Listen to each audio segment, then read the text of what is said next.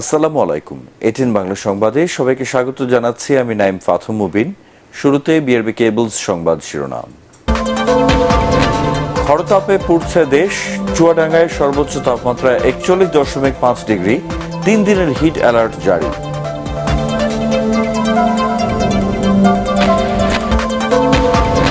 ষাট লাখ বন্দির ধারণ ক্ষমতা দেশের কারাগারে নেই, বিএনপির অভিযোগ মিথ্যা বললেন প্রধানমন্ত্রী।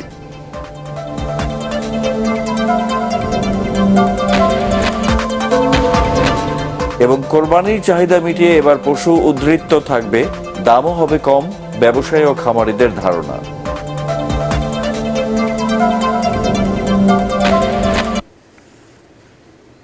শুনছিলেন বিআরবি কেবলস সংবাদ শিরোনাম। এবারে পুরো সংবাদ। সারা দেশে 72 ঘন্টার হিট অ্যালার্ট জারি করেছে আবহাওয়া অধিদপ্তর। তাপ প্রবাহ ক্রমেই বাড়তে থাকায় এমন সতর্কতা দেওয়া হয়েছে। আবহাওয়াবিদ ডক্টর মোহাম্মদ আবুল কালাম মল্লিকের স্বাক্ষরিত আবহাওয়া অধিদপ্তরের এক সতর্ক বার্তায় বলা হয়, আগামী 3 দিন অতিরিক্ত জলীয় বাষ্পের কারণে অস্বাভাবিক গরমে অস্বস্তি বাড়তে পারে। এ পরিস্থিতিতে নদ নদীর পানি শুকিয়ে যাচ্ছে। নদী তীর ও চর এলাকায় গরমের তীব্রতা আরও বেশি।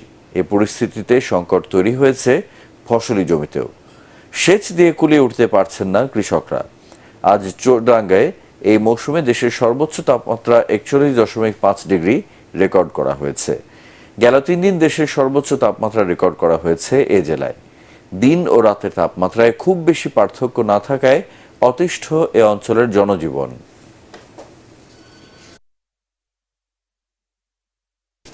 সন্ত্রাসী কর্মকাণ্ডে জড়িত বিএনপি নেতা কর্মীদের মামলা দ্রুত শেষ করে সাজা নিশ্চিত করতে আদালতের প্রতি অনুরোধ জানিয়েছেন প্রধানমন্ত্রী শেখ হাসিনা। রাজধানীতে কৃষক লীগের প্রতিষ্ঠা বার্ষিকীর অনুষ্ঠানে তিনি বলেন, বিএনপির বিরুদ্ধে প্রতিহিংসামূলক রাজনৈতিক মামলা দেয়া হয়নি। বিএনপি 60 লাখ নেতাকর্মী বন্দির দাবি করলেও দেশের কারাগারে সেই ধারণ ক্ষমতা নেই বলে জানান প্রধানমন্ত্রী। বিস্তারিত আপেল মাহমুদের রিপোর্টে। বাংলাদেশ কৃষক লীগের 52তম প্রতিষ্ঠা বার্ষিকী উপলক্ষে গণভবনে প্রধানমন্ত্রী শেখ হাসিনাকে শুভেচ্ছা জানান সংগঠনের কেন্দ্রীয় নেতারা। এ সময় প্রধানমন্ত্রী বলেন, কৃষি উৎপাদন বাড়িয়ে জনগণের পুষ্টি নিরাপত্তা নিশ্চিতে কাজ করছে সরকার। ফসল উৎপাদনে সরকারের অর্জন ধরে রাখতে সংগঠনটির নেতাদের প্রতি আহ্বান জানান তিনি।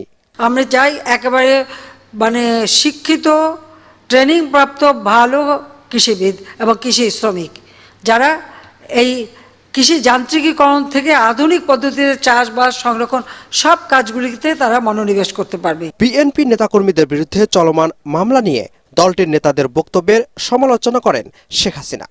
এই নির্বাচন ঠেকাতে যে রেলে আগুন দিয়ে যে মা শিশুকে পুড়িয়ে মারলো, তো যারা এগুলি করবে তাদের বিরুদ্ধে মামলা হবে না? তাদেরকে কি মানুষ পূজা করবে? তাও তো তাদের ভাগ্য ভালো যে আমরা ক্ষমতা আছে, আমরা ওইভাবে তাদের মতো প্রতিশোধমূলক না দেখে এখনো কথা বলার সুযোগ পাই। আমরা প্রতিশোধ নিতে ব্যস্ত থাকিনি, আমরা আমাদের সব শক্তি মেধা লাগাচ্ছি দেশের মানুষের উন্নয়নে, দেশের মানুষের জন্য কাজ করতে। আজকে তাদের সব জায়গায় কান্নাকাটি কি আমাদের বিরুদ্ধে মামলা। তোদের জিজ্ঞেস করতে হয় যে মামলাগুলি কিসের মামলা? এদের মামলা তো তাদের বিভিন্ন অপরাধের উপর মামলা। তারা অপরাধ করেছে, তাদের বিরুদ্ধে আইনগত ব্যবস্থা নেওয়া হচ্ছে, সেটাই তো বাস্তবতা। তবে এই মামলাগুলো আরো দ্রুত শেষ করে এগুলির শাস্তিগুলি আরো দিয়ে দেওয়া উচিত, তাহলে এই কান্নাকাটি কমতে পারবে। বিএনপির দাবি অনুসারে কারাগারে বন্দী সবাই দলটির নেতাকর্মী কিনা সেই প্রশ্নও রাখেন তিনি। আমাদের সারা দেশে যত জেলখানা আছে, সেখানে যে ধারণ ক্ষমতা, তারা যত লক্ষ লোক গ্রেপ্তার বলতেছে, সেই লোক তো তাদের লোক যদি ভরা থাকে তাহলে কিন্তু অন্য কোনো অপরাধী আর নাই। তার মানে যত অপরাধী আছে জেলে, সব অপরাধী বিএনপির অপরাধী। সেখানে খুনি, ডাকাতি, চুরি যা আছে ওদের যে হিসাব আমরা যদি ধরি, তাতে সব অপরাধী হচ্ছে বিএনপির অপরাধী, অন্য কোনো অপরাধী তাহলে নাই। ধরতে হবে যে এরাই সব। এটাই তো বলতে চাচ্ছে, এটা কি বলতে চাচ্ছে সেটাই প্রশ্ন। এটা একটু জিজ্ঞেস করা হয় ওদেরকে। নুন ভাত নয়, আওয়ামী লীগ সরকারের সফলতায় মাছ মাংসের ওপর মানুষের চাহিদা কেন বেড়েছে তা খুঁজে বের করতে সমালোচকদের প্রতি আহ্বান জানান প্রধানমন্ত্রী। আপেল মাহমুদ, এটিএন বাংলা, ঢাকা। সরকার প্রধানের নির্দেশেই সারা দেশে বিএনপি নেতাকর্মীদের বিরুদ্ধে মামলা ও সাজা দিয়ে হয়রানি করা হচ্ছে বলে অভিযোগ করেছেন দলটির সিনিয়র যুগ্ম মহাসচিব রুহুল কবির রিজভী। তার দাবি, জাতীয় নির্বাচনের আগেই বিএনপির 26,000 নেতাকর্মীকে কারাবন্দী করা হয়, যাদের অনেকেই এখনও কারাগারে। আটক নেতাকর্মীদের মুক্তির দাবিতে সকালে জাতীয় প্রেস ক্লাবের সামনে অবস্থান কর্মসূচিতে তিনি এসব কথা বলেন। নিত্যপণ্যের সীমাহীন মূল্যবৃদ্ধিতে সারা দেশে দুর্ভিক্ষ অবস্থা বিরাজ করছে বলে অভিযোগ করেন বিএনপির এই নেতা।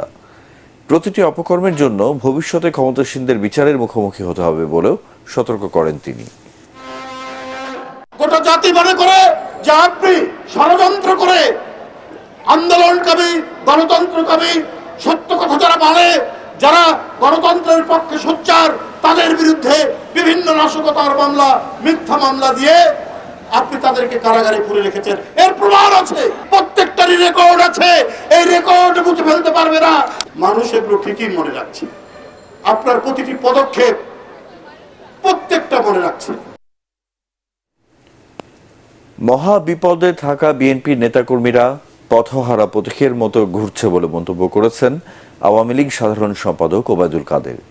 কৃষিবিদ ইনস্টিটিউটে কৃষক লীগের প্রতিষ্ঠা বার্ষিকীর অনুষ্ঠানে তিনি একথা বলেন। রাজধানীর গুলশান, বনানী, ধানমন্ডিতে কৃষক লীগের শাখার প্রয়োজনীয়তা কি তা নিয়ে প্রশ্ন তোলেন ওবায়দুল কাদের। বাংলাদেশ কৃষক লীগের ধানমন্ডি শাখা, বনানী শাখা, গুলশান শাখা, বারিধারা শাখা এসবের কোনো প্রয়োজন আছে বলে আমি মনে করি না। কৃষক লীগটাকে শহরের মধ্যে আটকে না রেখে গ্রামের দিকে নিয়ে যাওয়াই ভালো। কোরবানির চাহিদা মিটিয়ে এবার পশু উদ্ধৃত থাকবে বলে জানিয়েছেন ব্যবসায়ী ও খামারিরা। রাজধানীর আগারগাঁওয়ে প্রাণী সম্পদ মেলার সমাপনীর দিনে তারা আরও জানান, গেলবারের তুলনায় দামও থাকবে নাগালের মধ্যে। মেলায় দেশের বিভিন্ন এলাকা থেকে খামারিরা গরু, মহিষ, ছাগল সহ নানা প্রকারের পশু প্রদর্শন করেন। আয়োজন করা হয় গরুর র্যাব শো। বিস্তারিত জানাচ্ছেন ইকরামুল হক সায়েম। প্রাণী সম্পদ মেলার মূল আকর্ষণ ছিল গরুর র্যাম্প শো। এতে নানান জাতের বিভিন্ন আকারের গরু তুলে ধরা হয় দর্শনার্থীদের জন্য, হাঁকানো হয় দাম দরও। কোরবানিকে সামনে রেখে এক খামারির গরু অন্য খামারি কিনেও নেন।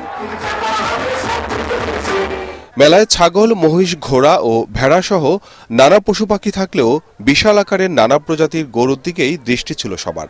ইন্ডিয়ান থেকে কালেকশন করা, এটা আপনার দাম চাইছে 14 লাখ। সেটা হচ্ছে একটা রাজস্থানী কাংরাস সার।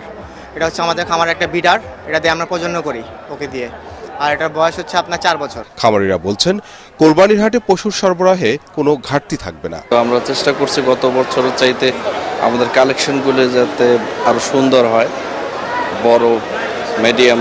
আমাদের গত বছর থেকে এই বছর আর একটু বেশি আছে, আনুমানিক 1,30,00,000 গবাদি পশু আমাদের কাছে মজুদ আছে। আমার কাছে মনে হয় গত বছর থেকে এই বছর 1-2% দাম কম থাকবে ইনশাল্লাহ।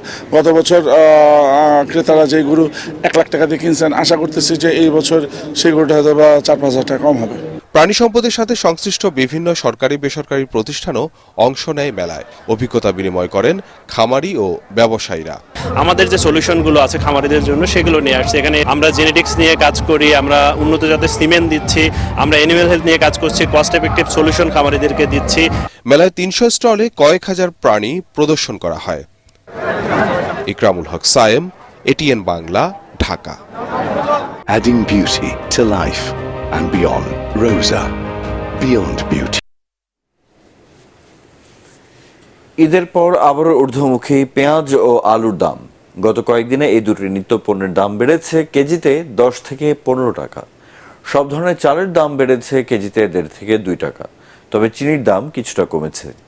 বাজারে সবজির পর্যাপ্ত সরবরাহ থাকলেও দাম চড়া। রাজধানীর বাজার ঘুরে আরও জানাচ্ছেন হুমায়ুন চিশতি। গত কয়েক বছর ধরেই নিয়ন্ত্রণহীন আলু ও পেঁয়াজের বাজার। সবচেয়ে কম দামি সবজি হিসেবে পরিচিত আলুর দাম আর 35 টাকার নিচে নামেনি। একইভাবে পেঁয়াজ সর্বোচ্চ 250 টাকা কেজিতেও খেতে হয়েছে। রমজানে এ দুটো পণ্যের দাম কিছুটা নিয়ন্ত্রণে থাকলেও ঈদের পর আবারও বাড়তি।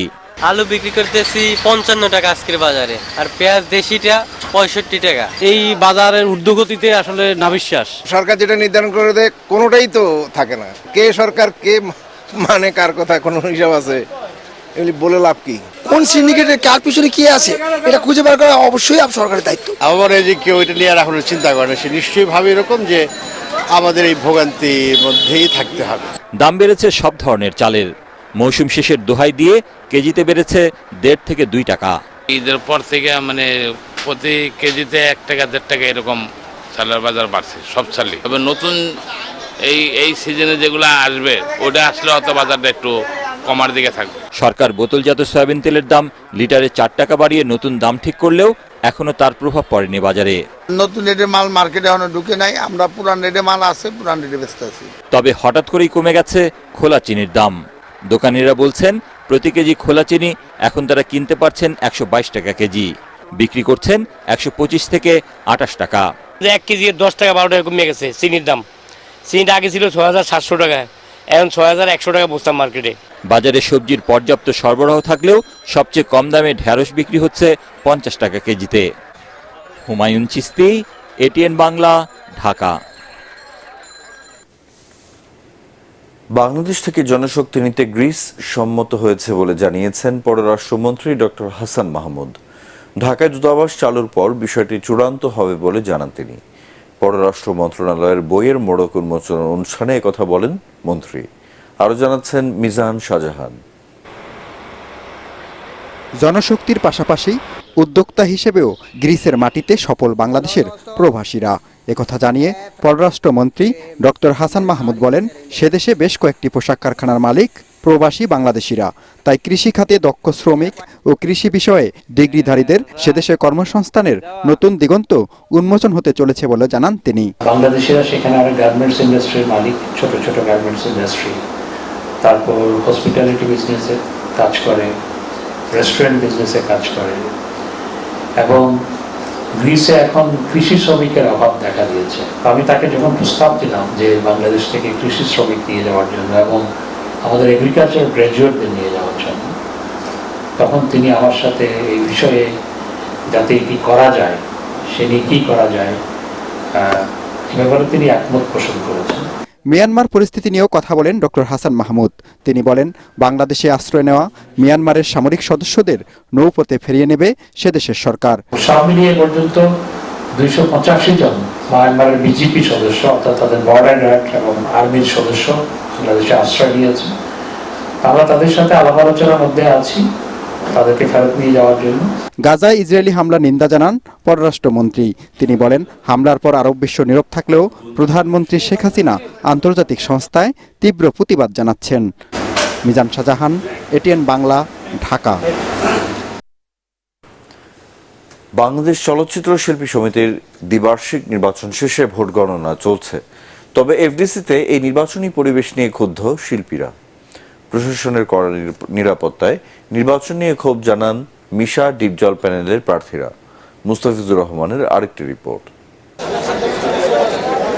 নির্বাচনকে ঘিরে সকাল থেকে চলচ্চিত্র শিল্পীদের পদচারণায় মুখর হয়ে ওঠে বিএফডিসি প্রাঙ্গণ। পছন্দের প্রার্থীকে ভোট দিতে ছুটে আসেন সমিতির সদস্যরা। বেলা বাড়ার সাথে সাথে আসেন প্রবীণ ও খ্যাতিমান শিল্পীদের অনেকেই। চলচ্চিত্র শিল্পী সমিতির নির্বাচনকে ঘিরে বিগত দিনগুলোর তুলনায় এবার ছিল কড়া নিরাপত্তা বেষ্টনী, জানিয়ে সমালোচনা করেন সমিতির সদস্যরা। ইলেকশন করার সময় যদি সিনিয়র লেভেলের আর্টিস্টদেরকে যদি গেটে দাঁড় করিয়ে তাদের আইডেন্টিটি চাওয়া হয়, লাস্ট পার্সন আমি বলেছি, এটা আবার শেষ ইলেকশন সিস্টেম না পরিবর্তন হলে আমি মনে করি অতল ভবিষ্যতে আমাদের এখানে হয়তো দেখা যাবে যে আর্মি আনতে হতে পারে। 21 সদস্যের কমিটি নির্বাচনে 6 জন স্বতন্ত্র প্রার্থী সহ ছিলেন 48 জন, ভোটার ছিলেন 570 জন। মোটামুটি উৎসব মুখর পরিবেশে নিজেদের পছন্দের প্রার্থী বাছিয়ে বিকেল 5টা পর্যন্ত ভোট দেন সদস্যরা। এখন পর্যন্ত পরিবেশ ভালোই দেখছি, বাকিটা ফিনিশিং এ কি হয়। আমরা চাই শান্তিপূর্ণ ইলেকশনটাই হোক, আমাদের সাথে কোনো বিরোধ নাই কারোর সাথে, আমরা একসাথে চলতে চাই শিল্পীরা, আমরা অখণ্ড প্রেম নিয়ে চলবো সবসময়। যারা প্রতিনিধিত্ব করবেন শিল্পীদের, তারা শিল্পীদের কল্যাণেই কাজ করে যাবেন, শিল্পের কল্যাণেই কাজ করে যাবেন, এই আশা তো অবশ্যই করবো। এইরকম একটা গণতান্ত্রিক প্রক্রিয়ার মধ্যে আমরা আসতে পারলে সবসময় ভালো লাগে আমাদের। এটার জন্য একসময় অনেক আন্দোলন করেছি আমরা। অনেক চলচ্চিত্রে নতুন নতুন শিল্পীদের আগমন হবে এবং আমার মনে হয় সামনে ভবিষ্যৎ ইনশাআল্লাহ ভালো হবে। শান্তিপূর্ণ পরিবেশে ভোট হচ্ছে, শেষ পর্যন্ত সুন্দরভাবে হলেই ভালো, শেষের কথা তো আর বলতে পারবো না। নির্বাচনে মিশা ডিপজল পরিষদের বিপক্ষে লড়াই করে কলি নিপুণ প্যানেল। মুস্তাফিজুর রহমান, এটিএন বাংলা, ঢাকা। এবারে আল আরাফা ইসলামী ব্যাংক অর্থ সংবাদ।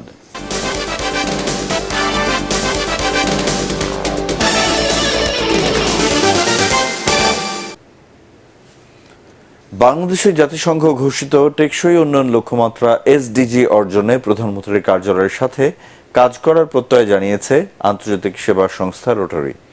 রাজধানীতে আয়োজিত এক সংবাদ সম্মেলনে সংস্থাটি জানায়, এ নিয়ে শিগগিরই প্রধানমন্ত্রীর দপ্তরের সাথে চুক্তি করবে রোটারি। একই সাথে জানান, প্রধানমন্ত্রী শেখ হাসিনা এসডিজি অর্জনে যে কাজ করছে তার প্রশংসা করেছে জাতিসংঘ।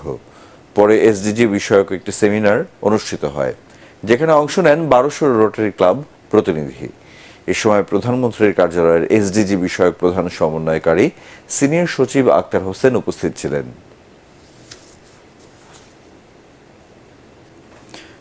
বান্দরবানের রুমা সোনালী ব্যাংকের আলোচিত ম্যানেজার নিজামুদ্দিনকে বদলি করা হয়েছে। সোনালী ব্যাংকের চট্টগ্রামের কর্ণফুলী শাখায় তাকে বদলি করা হয়। অপহরণের পর তার মানসিক অবস্থা ও নিরাপত্তার কারণে তাকে বদলি করা হয়েছে। বৃহস্পতিবার এই বদলির আদেশ রুমায় পাঠানো হয়। রুমা সোনালী ব্যাংকের ম্যানেজারের দায়িত্ব পেয়েছেন আলীকদম শাখার ম্যানেজার বীরেন ত্রিপুরা। সোনালী ব্যাংকের জেনারেল ম্যানেজার মোহাম্মদ মুসা খান এই তথ্য জানান। এদিকে কেএনএফ এর হামলা লুটপাটের পর সংগঠনটির প্রধান নাথান বমের স্ত্রী ও সিনিয়র নার্স লাল শমকিম বমকে রুমা স্বাস্থ্য কমপ্লেক্স থেকে লালমনিরহাট হাসপাতালে বদলি করা হলেও এখন পর্যন্ত তিনি সেখানে যোগদান করেননি। তার কোনো খোঁজ পাওয়া যাচ্ছে না বলে জানিয়েছে রুমা থানা পুলিশ।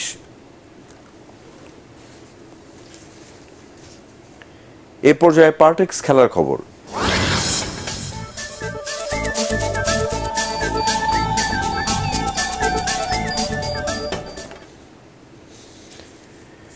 দুই তিন গোলে পিছিয়ে থেকেও প্রিমিয়ার হকিতে মোহামেডানের বিপক্ষে জয়ী দল হিসেবে মাঠ ছেড়েছে ঢাকা আবাহনী। মৌলানা ভাসানী হকি স্টেডিয়ামে মোহামেডানের সামনে সমীকরণ ছিল, জিতলেই শিরোপা জিতবে তারা। এমন ম্যাচে প্রথম দুই কোয়ার্টারে 2 গোল দিয়ে এগিয়ে যায় ধানমন্ডি পাড়ার ক্লাবটি। তবে তৃতীয় কোয়ার্টারে ফয়সাল বিন সারির হ্যাট্রিকে এগিয়ে যায় সাদা কালো শিবির। এই কোয়ার্টারের শেষ দিকে দুই দলের খেলোয়াড়ের মধ্যে হাতাহাতি হলে খেলা বন্ধ হয়ে যায়। এরপর আম্পায়াররা মোহামেডানের 2 খেলোয়াড় আর আবাহনীর একজনকে লাল কার্ড দেখান, যা মানতে অস্বীকৃতি জানিয়ে মাঠে নামেনি মতিঝিল পাড়ার ক্লাবটি। এরপর আবাহনীকে জয়ী ঘোষণা করা হয়। এতে মেরিনার্সের সমান 37 পয়েন্ট হল আকাশী হলুদ জার্সিধারীদের। 2 দলের প্লে অফে নিশ্চিত হবে শিরোপা।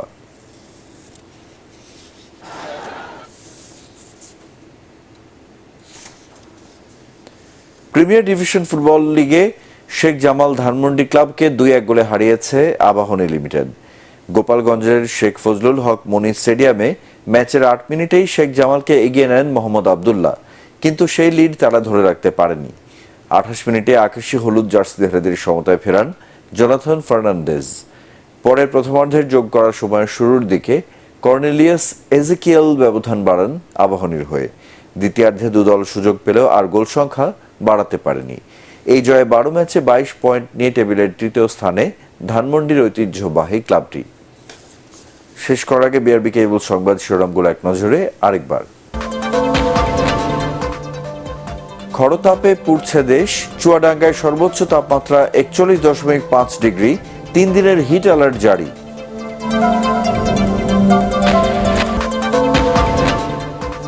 ষাট লাখ বন্দির ধারণ ক্ষমতা দেশের কারাগারে নেই, বিএনপির অভিযোগ মিথ্যা বললেন প্রধানমন্ত্রী।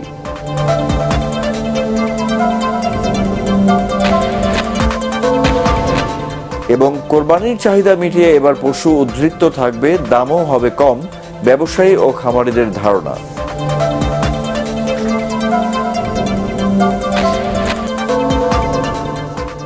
পরবর্তী সংবাদ দেখার আমন্ত্রণ জানিয়ে এখনকার মতো শেষ করছি। এটিএন বাংলার সংবাদ ইউটিউবে দেখতে ব্রাউজ করুন youtube/ATN Bangla News।